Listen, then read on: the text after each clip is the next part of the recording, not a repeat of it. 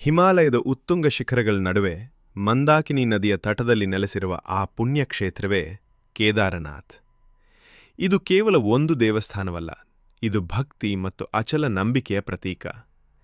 ಇಂದಿನ ಈ ಕಥೆಯಲ್ಲಿ ನಾವು ನೋಡೋಣ, ಪಾಂಡವರು ಶಿವನನ್ನು ಹುಡುಕ್ತಾ ಇಲ್ಲಿಗೆ ಬಂದಿದ್ದೇಕೆ ಮತ್ತು 2013ರ ಪ್ರಳಯದಲ್ಲಿ ಈ ಮಂದಿರ ಪಾರಾಗಿದ್ದಾದರೂ ಹೇಗೆ. ಮಹಾಭಾರತದ ಯುದ್ಧ ಮುಗಿದಿತ್ತು, ಜಯವೇನೋ ಸಿಕ್ಕಿತ್ತು.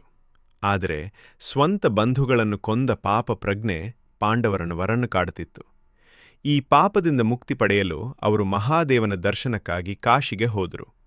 ಆದರೆ ಮನನೊಂದಿದ್ದ ಶಿವನು ಅವರಿಗೆ ದರ್ಶನ ನೀಡಲು ಇಷ್ಟಪಡದೆ ಗುಪ್ತ ಕಾಶಿಯಲ್ಲಿ ಎತ್ತಿನ ರೂಪ ತಾಳಿ ಅಡಗಿಕೊಂಡನು.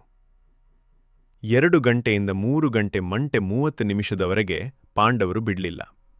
ಹಿಮಾಲಯದ ಹಿಮದ ನಡುವೆ ಶಿವನನ್ನು ಹುಡುಕ್ತಾ ಬಂದಾಗ ಭೀಮನಿಗೆ ಎತ್ತಿನ ರೂಪದಲ್ಲಿದ್ದ ಶಿವನ ಅರಿವಾಯಿತು. ಭೀಮನು ಎತ್ತನ್ನು ಹಿಡಿಯಲು ಹೋದಾಗ ಶಿವನು ಭೂಮಿಯೊಳಗೆ ಮರೆಯಾಗತೊಡಗಿದನು. ಆಗ ಭೀಮನು ಆ ಎತ್ತಿನ ಬೆನ್ನಿನ ಭಾಗವನ್ನು ಗಟ್ಟಿಯಾಗಿ ಹಿಡಿದುಕೊಂಡನು. ಪಾಂಡವರ ಈ ಹಠ ಮತ್ತು ಭಕ್ತಿಗೆ ಮೆಚ್ಚಿದ ಮಹಾದೇವನು ಅಲ್ಲಿಯೇ ಜ್ಯೋತಿರ್ಲಿಂಗ ರೂಪದಲ್ಲಿ ಪ್ರತ್ಯಕ್ಷನಾದನು. ಇಂದಿಗೂ ಕೇದಾರನಾಥದಲ್ಲಿ ಶಿವನನ್ನು ಎತ್ತಿನ ಬೆನ್ನಿನ ಭಾಗವನ್ನು ಗಟ್ಟಿಯಾಗಿ ಹಿಡಿದುಕೊಂಡನು. ಪಾಂಡವರ ಈ ಹಠ ಮತ್ತು ಭಕ್ತಿಗೆ ಮೆಚ್ಚಿದ